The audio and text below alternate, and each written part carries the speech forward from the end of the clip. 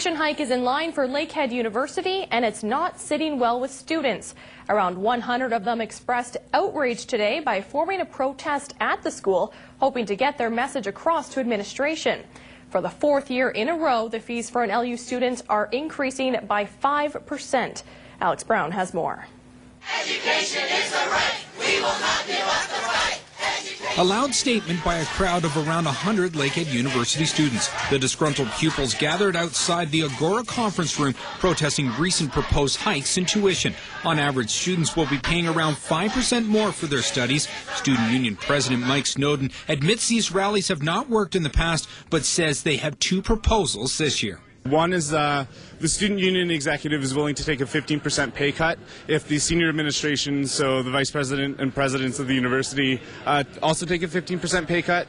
That will allow them to not raise the maximum percentage, which is an overall 5%. The other one is using the surplus that the university has right now and sort of supplementing the tuition increase percentage by using some of that put-away surplus. Two departments will be affected the most by the increase. Tuition for engineering students will go up over 6.6%, while international students will see their fees jump by over 10%.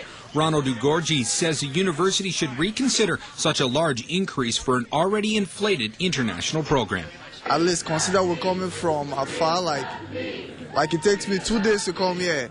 Going home to see my family, I spend like $4,000 just on flight tickets. So I think they should look into it and probably cut it more down rather than increasing it. However, not every student disagrees with the annual increase. Chemical engineering student Brian Collins understands the reasons for the hike, but says the money that is being collected by sectors like the LU Student Union needs to be put to better use. LUSU is taking at least $500 from each of us every year, and over 4 years, that's $2,000.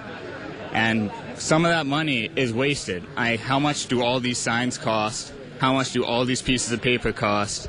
And what is the cost for all these shirts and every other piece? How much of that money can be wasted and how much of that money can actually be saved and actually given back to the students? Lakehead President Brian Stevenson was unavailable for comment during the protest. Alex Brown, TVT News. A new blockade is officially up and running on Cooper Lake in the Ring of Fire. Roughly 24 members of the Martin Falls First Nation traveled 150 kilometers to the airstrip on the lake today. Chief Eli Muniz called for the action after he found out a mining camp was set up adjacent to the frozen lake.